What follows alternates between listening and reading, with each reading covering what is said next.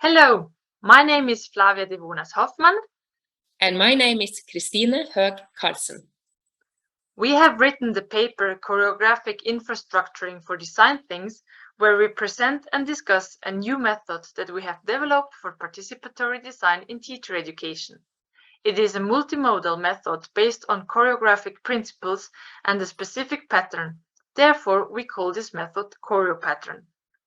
Before we start, I'd like to begin by acknowledging the traditional owners of the land on which I stand today, the Inuit people of Karlsen, and I pay my respect to the elders past and present. Our presentation oscillates between empirical and theoretical explanations. First, we are going to describe the components and procedures of Choreopattern, and then we outline how, in our view, Choreopattern aligns the participants in a design thing, and we connect that alignment with three kinds of motions and three kinds of enactments. Finally, we present some reflections in regard to the prevalence of Choreopattern in case you would like to use the method in your project. The research we present here is part of an ongoing project named Participate. This project is funded by the Research Council of Norway and aims to develop new methods for teacher education to give student teachers the skills and experience they need to participate as equal partners in cross-sectorial collaborations in Norwegian schools. Such collaborations have become quite common in the Norwegian educational sector, whereas the cultural school bag is the most prominent example, spanning literature, music, visual arts, performing arts, films, and cultural heritage. Based on the core principles of participatory design, our research aimed to develop a new participatory design method for infrastructuring the genuine participation in the design of a course within teacher education. A design group met frequently in 2021 to develop the course. And in this presentation, we focus on the first workshop where Choreopattern was implemented. A total of 8 participants joined this workshop physically, including school teachers, teacher educators, student teacher, and professional dance educators.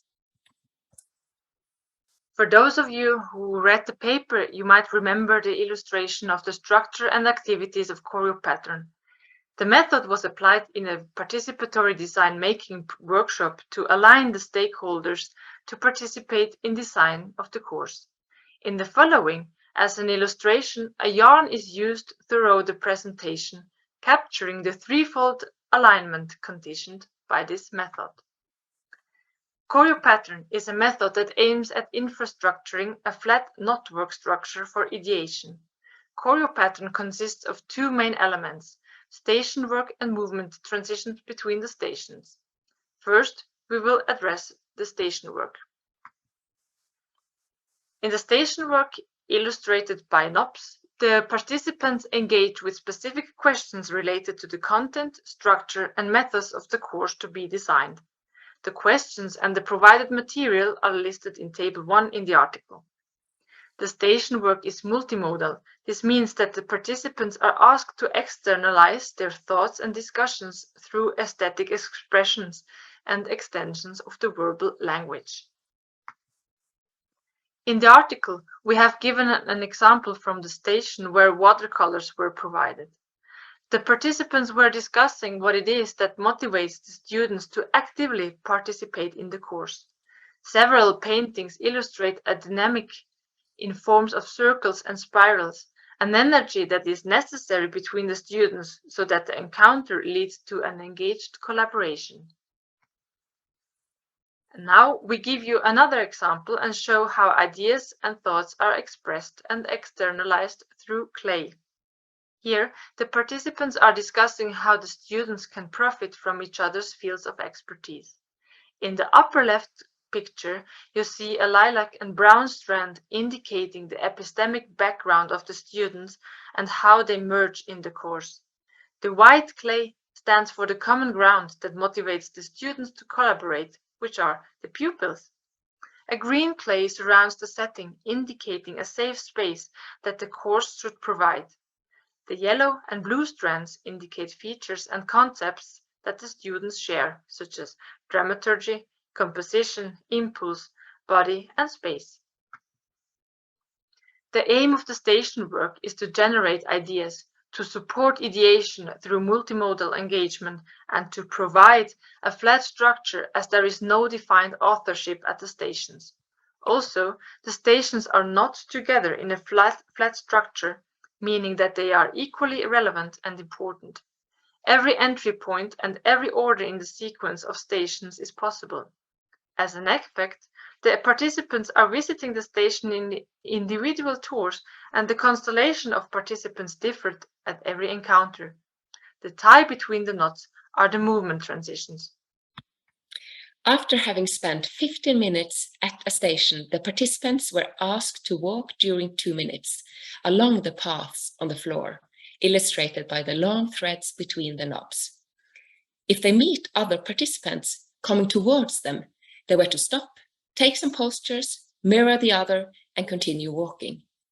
In short, we will show a little video from this walk, and as you will see, the movements do not have to be very complicated. But the participants have to be attentive and reactive.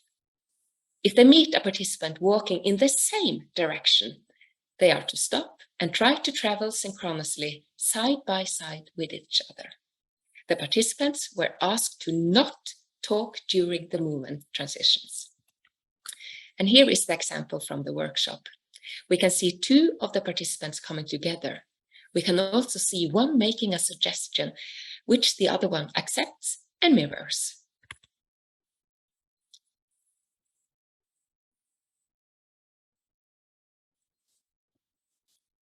And now, notice the small details of the hand before they move apart.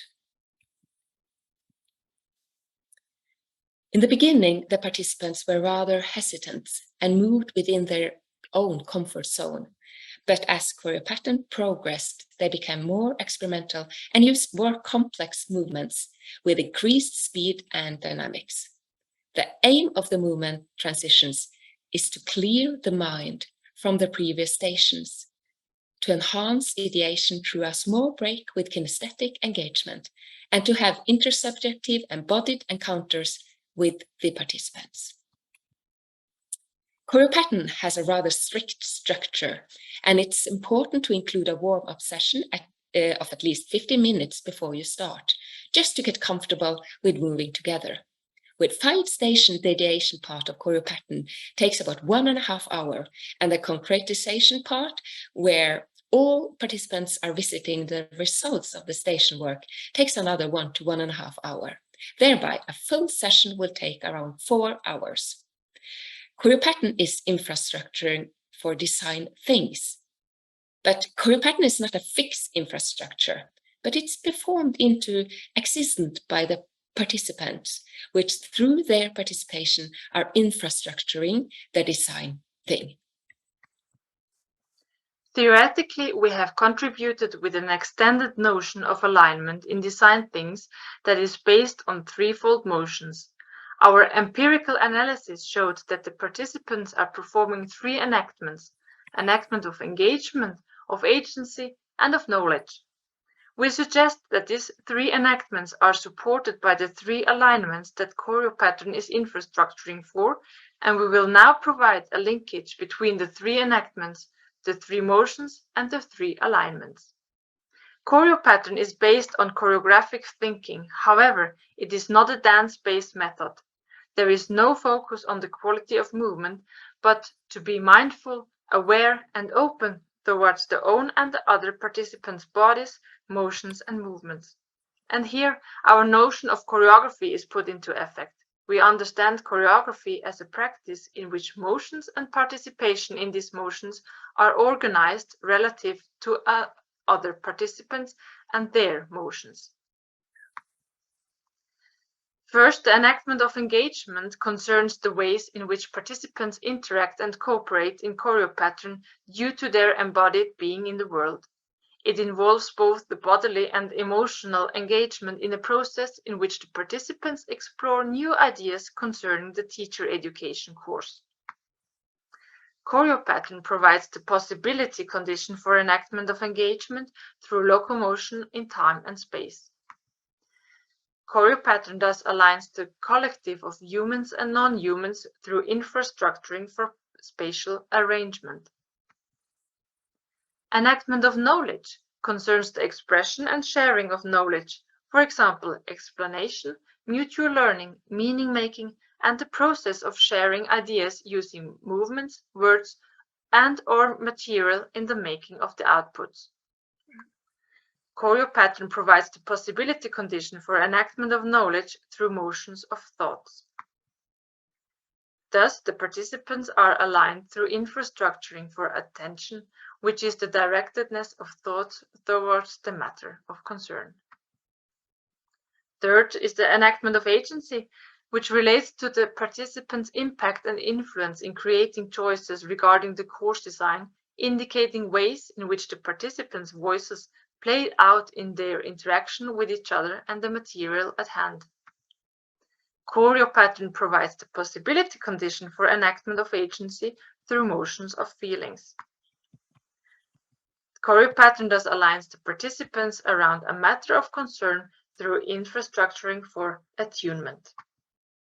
In short, Choreopattern infrastructures for threefold alignment in design things: alignments of bodies, arrangement; alignments of thoughts, attention; alignments of feelings, attunement.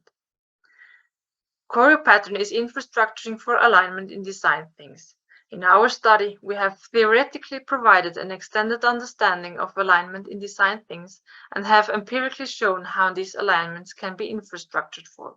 However, it is important to point out that Choreopattern did not work equally well for all participants.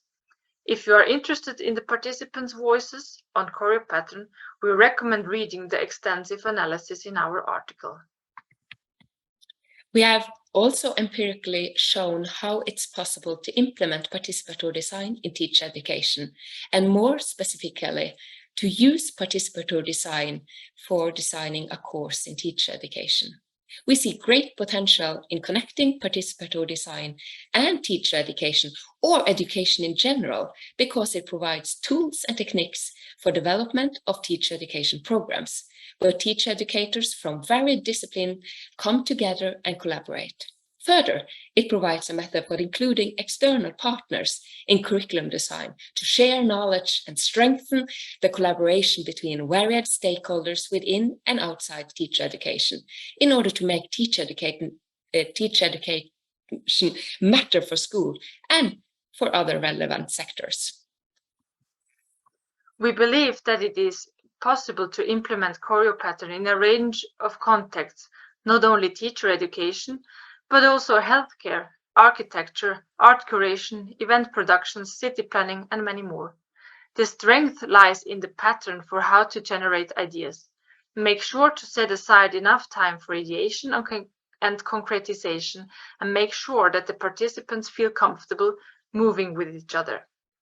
In future research, it would be interesting to use and evaluate Choreopattern in other arenas. One possibility is, for example, in architectural design process, to give citizens with their tacit knowledge a possibility to contribute and have an impact on their future environment. We are excited to see how Choreopattern evolves in the future, and we invite you into our community. Please contact us if you are interested, and let us know what your experiences are with Choreopattern. Thank you. Thank you.